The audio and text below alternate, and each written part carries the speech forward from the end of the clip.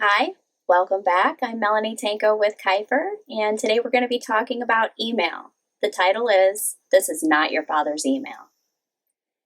Just 10 short years ago, security in email is something that wasn't discussed among medical practices. Why? Well, it's because an email breach or an attack from the outside just didn't happen very often. And if it did, it happened to large companies. Having email at all in a practice was a huge step. Well, a lot has changed since then. Everything is done with technology, from commerce to communications. Almost all business is done over the internet. You see, the problem with the internet is that it's just as susceptible to crime as anything else, and in many cases more so. Now we're hearing words like risk and macro and meaningful use, and audits. Let's stop thinking about all of that for just a second. It's enough to make your head spin. But you might be asking yourself, are these email breaches really going to affect me? The answer is yes, they can and they will, because cybercriminals don't discriminate. They will attack anyone or any business as long as they feel it's worth their time.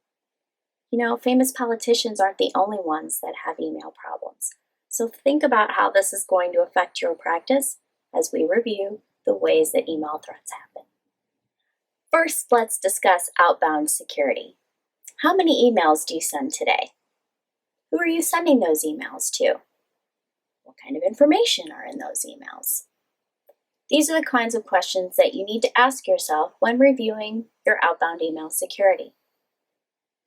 In most cases, your practice is going to be sending a lot of emails each day. After all, it is the main method of communication for an overwhelming majority of businesses, including medical practices. Your practice is also very likely sending email and information outside the organization. Do you have a billing company that you work with? What about a clearinghouse? Or how about other practices or physicians? The most important question is about the information that's being sent. Sure, there are the obvious things like patient demographic information, social security numbers, etc. How about health info too? Notes, insurance info, labs, x-rays? These all constitute PHI and therefore need to be secured. So how do you know what to protect? What's included in that definition of PHI and ePHI anyway?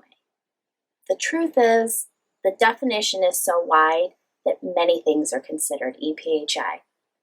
And like we've said in previous emails and videos, health information is worth 10 times more to criminals than credit card information. Because of this, Health and Human Services has mandated that any practice sending emails must also have outbound security.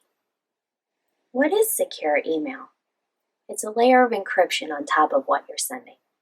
So instead of sending your email in the clear for everyone to read and to use against your practice or patients, the email is jumbled up in a way that only the recipient can read. It's safe, secure, and meets your regulatory requirements. We also know that outbound security is not the only thing to think about. What about the emails coming into your practice? How can they affect you? Well, how often do spam messages get through? Or different scams wanting your money? Or worse yet, malware and viruses? Cybercrime is very lucrative for thieves, so we see it everywhere. And medical practices continue to be targets. So how do you protect against inbound threats? Well, there's a spam filter, which is very important to filter out any of those mass-delivered emails. There's antivirus and anti-malware features that are important to scan each and every attachment before it comes in to determine if it has any viruses. And then there's an additional level of threat protection that should be used to automatically scan and execute any link or attachment sent to you via email. It'll be executed in a test environment, and that way you know that anything that comes through your email is safe. These two major protections, outbound and inbound, when put together, can solve your email security issues. There are several vendors to choose from. Pay attention to the features they offer, and the email systems that they might interface with.